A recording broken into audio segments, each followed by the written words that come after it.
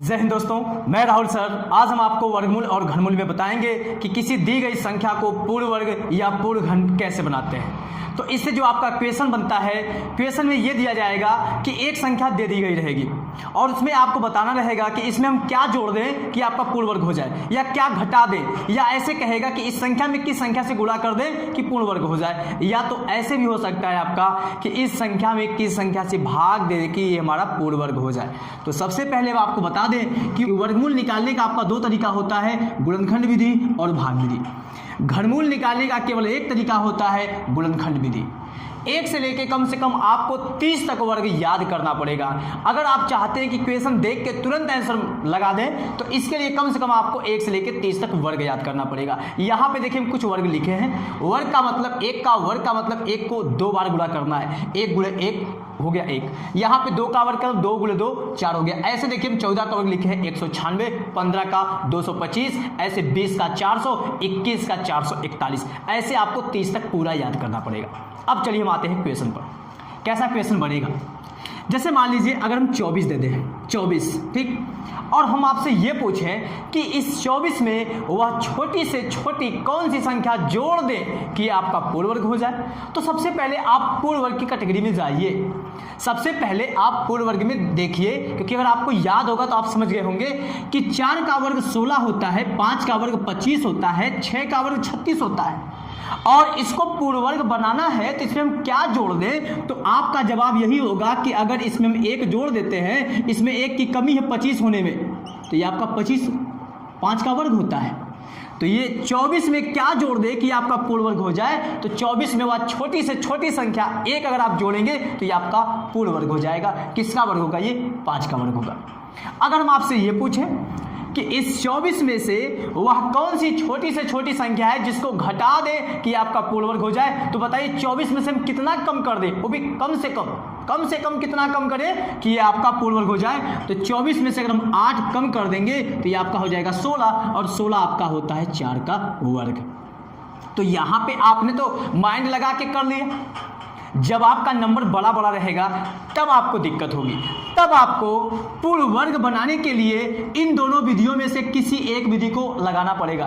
कब कौन सी विधि लगाएंगे ये हम आपको बताते हैं। देखिए, गुणनखंड विधि तब लगाएंगे जब क्वेश्चन में कोई संख्या दे दी गई हो और ये पूछा जाए कि इसमें हम किस छोटी से छोटी संख्या से गुणा कर दें या किस छोटी से छोटी संख्या से भाग दे दें, तब आपको गुणनखंड विधि लगाना है।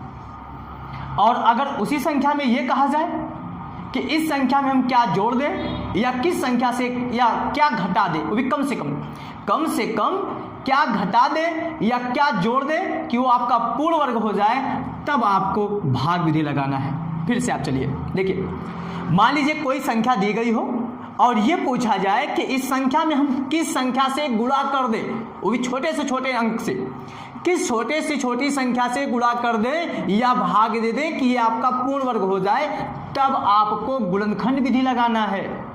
और जब आपसे ये पूछा जाए कि इस संख्या में किस छोटी से छोटी संख्या को जोड़ दें या इसमें से कौन सी छोटी छोटी संख्या घटा दें कि ये आपका पूर्ण वर्ग हो जाए, तब आपको भाग विधि लगाना है। अब हम आपको यहीं पे बता देते हैं कि पूर्ण घन बनाने के लिए को हमेशा गुणनखंड विधि ही लगाना है। चलिए आते हैं क्वेश्चन पर। अगर हम आपसे ये पूछें कि इस 72 में किस संख्या को जोड़ दें कि आपका पूर्ण वर्ग हो जाए, या इस 72 में से किस संख्या को घटा दें कि ये पूर्ण वर्ग हो जाए, या तो ऐसे भी हो सकता है आपका क्वेश्चन कि 72 में किस संख्या से गुणा कर दें कि पूर्ण वर्ग हो जाए। तो सबसे पहले हम आपको किस संख्या से गुणा करें या किस संख्या से भाग दें कि ये पूर्ण वर्ग हो जाए, इसके लिए हम आपको बताए हैं कि गुणा कहे और भाग कहे तो आपको गुणनखंड विधि अप्लाई करना है, यही ना।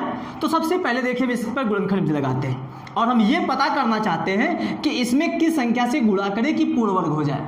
तो सबसे पहले जब इसका गुणनखंड विधि से अप्लाई करेंगे तो यहाँ पे जब लगाएंगे तो ये आपका 36 बार में कटेगा, फिर आप इसको काटेंगे 18 बार में कटेगा, फिर ये काटेंगे 9 बार में कटेगा, फिर उसके बाद 3 से कटेगा, 3 त्रिका 9, फिर उसके बाद 3 एकम 3। अब इसका गुणनखंड करने के बाद आपको इसका जोड़ा बनाना है। देखिएगा 2 का जोड़ा बन गया, ये 2 और ये 3 इसका नहीं बनेगा, 3 का 3 के साथ बनेगा। ठीक, तो इस 2 का जोड़ा बन गया, इस 3 का जोड़ा बन गया। अगर हम इसमें 1 2 और ला देते तो इसका भी जोड़ा बन जाता। इसका मतलब 72 में किससे गुणा करना पड़ेगा? तो आपका जवाब है कि अगर 1 2 और आ जाता तो 2 और 2 का जोड़ा भी बन जाता। तो इसमें किससे गुणा करेंगे? 2 से। ठीक, और अगर इसी क्वेश्चन को ऐसे पूछा जाए कि 72 में किस संख्या से भाग दे दे, मतलब कौन सी छोटी से छोटी संख्या से भाग दे दे कि आपका पूर्ण वर्ग हो जाए, तो यही 2 आपका एक्स्ट्रा है। 2 अगर हट जाता तो ये आपका देखिए यहाँ से आपका निकलेगा 2 और यहाँ से निकलेगा आपका 3 और ये हो जाएगा 6 और 6 का अगर आप वर्ग करेंगे तो ये आपका हो जाएगा 36। मतलब 72 में अगर आप 2 से भाग देंगे, देखिए ये आपका आ जाएगा 36 और ये 36 आपका 6 का वर्ग होता है।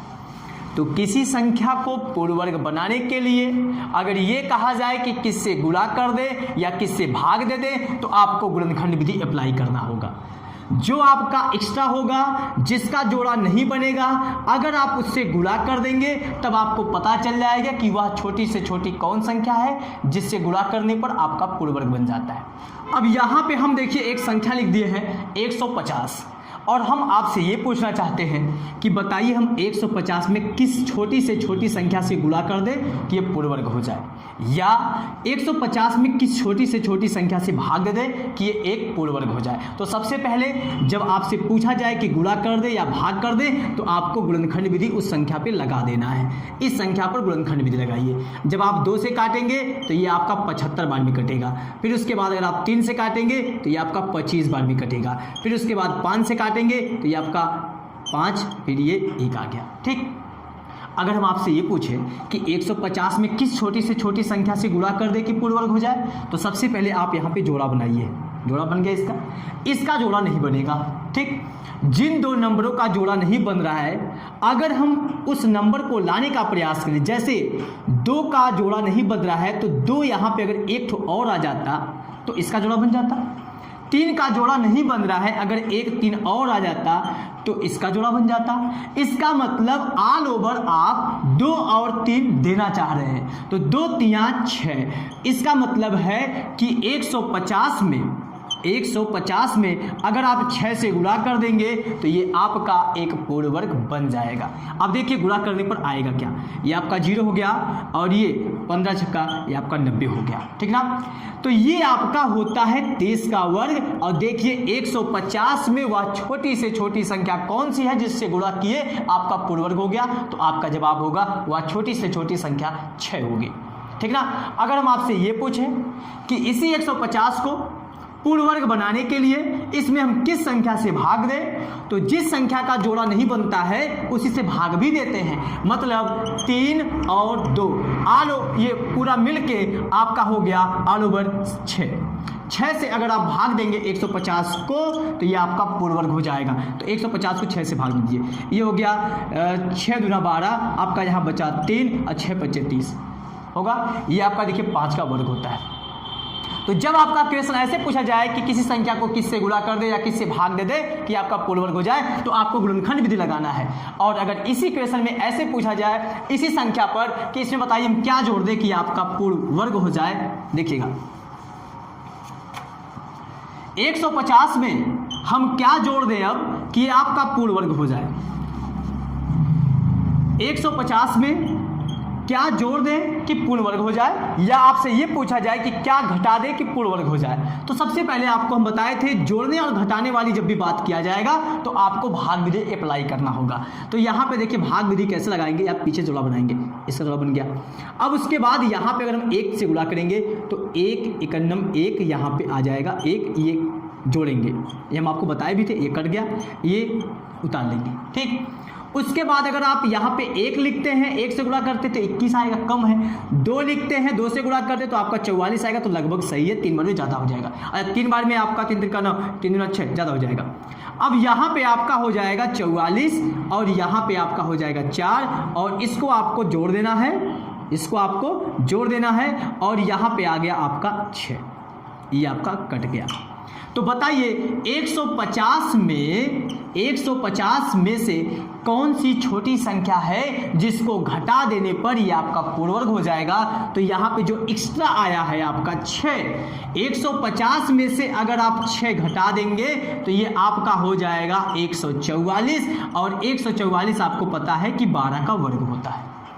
और अगर इसी संख्या को ऐसे पूछा जाए कि बताइए 150 में से 150 में क्या जोड़ दे कि पूर्ण वर्ग हो जाए। यहाँ तो आपने पता कर लिया कि क्या घटा दे कि पूर्ण वर्ग हो जाए, तो आपने ऐसे कर लिया। अगर ये कहा जाए किसी बताइए हम क्या जोड़ दे कि पूर्ण वर्ग हो जाए, सेम आपको काम ऐसे ही करना है। लास्ट में जहाँ पर ये 2 बार में जा रहा था, 3 बार में पहली जब हम 3 किए तुरंत ज़्यादा हो गया, तो यहाँ पे जानबूझकर इसको 3 बार लेके जाएंगे। अगर ये 4 बार में इसके बराबर या लगभग कम आता है तो इसको जानबूझ के 5 बार लेके जाएंगे। कब? जब आपको ये पता करना हो कि 150 में क्या जोड़ दे। ठीक, जब ये पता करना हो कि 150 में क्या जोड़ दे कि पूर्ण वर्ग हो जाए, तो यहाँ पे आपको जानबूझ के ज़्यादा बार लेके जाना है। और भी ज़्यादा नहीं, थोड़ा सा ज़्यादा कर, 1 बार ज़्यादा करेंगे। और यहाँ पे अगर ये पता करना हो 150 में क्या घटा दे, तो आपको एकदम उतना ही रहना है जितनी बार भाग जा रही है। अब देखिए इसी को हम सॉल्व करते हैं। ये आपका 2 बार गया था, अब यहाँ पे इसको 3 बार लेके जाइए, क्योंकि अब आप पता करना चाहते हैं कि 150 में क्या जोड़ दे, कौन सी छोटी से छोटी संख्या को जोड़ दे कि ये पूर्ण वर्ग हो जाए। तो आपको यहाँ पे 2 के बजाय 3 बार लेके जाना है। जब आप 3 बार लेके जाएंगे तो यहाँ पे 3, यहाँ पे 3, 3 तरीका 9, यहाँ पे 3 दूना 6, ये ऐसे आ गया। अब आपको इसमें से घटाना पड़ेगा। जब आप इसमें से घटाएंगे तो ये आपका हो गया, ये आपका हो गया 9, और इसमें से जाएगा 1। इसका मतलब ये है कि 150 में अगर आप 19 जोड़ देते हैं तो ये आपका पूर्ण वर्ग हो जाएगा। देखते हैं, यहाँ पे जोड़ेंगे ये 5, 1, 6 और ये 1। बताइए 169 बनेगा, और 169 आपका किसका वर्ग है? 13 का। ठीक है, अब हम कोई बड़ा नंबर लेते हैं। इसमें आपको ये बताना है कि 678 में से क्या घटा दे। इसमें आपको बताना है कि 678 में से कौन सी छोटी से छोटी संख्या को घटा दे कि आपका पूर्ण वर्ग हो जाए। जब भी घटाने और जोड़ने की बात करते हैं तो उस कंडीशन में उस संख्या को कौन सी विधि लगाते हैं? भाग विधि से। ठीक ना, भाग विधि से लगाएंगे इसको। देखिएगा, जब इसको आप भाग विधि से लगाने जाएंगे, इसमें जोड़ा बनाएंगे पीछे से। यहाँ पे अगर 2 बार लेके जाएंगे तो आपका ये आ जाएगा 2 दूना 4, यहाँ पे ये 4 हो गया, और ये आपका इतना हो गया, और यहाँ पे ऐसे बना। अब उसके बाद अगर यहाँ पे आप 3 बार लेके जाएंगे तो ये आपका लगभग कम है। 5 चौक के 20, 5, 6 बार में 24। रुकिए 6 बार लेके चलते हैं।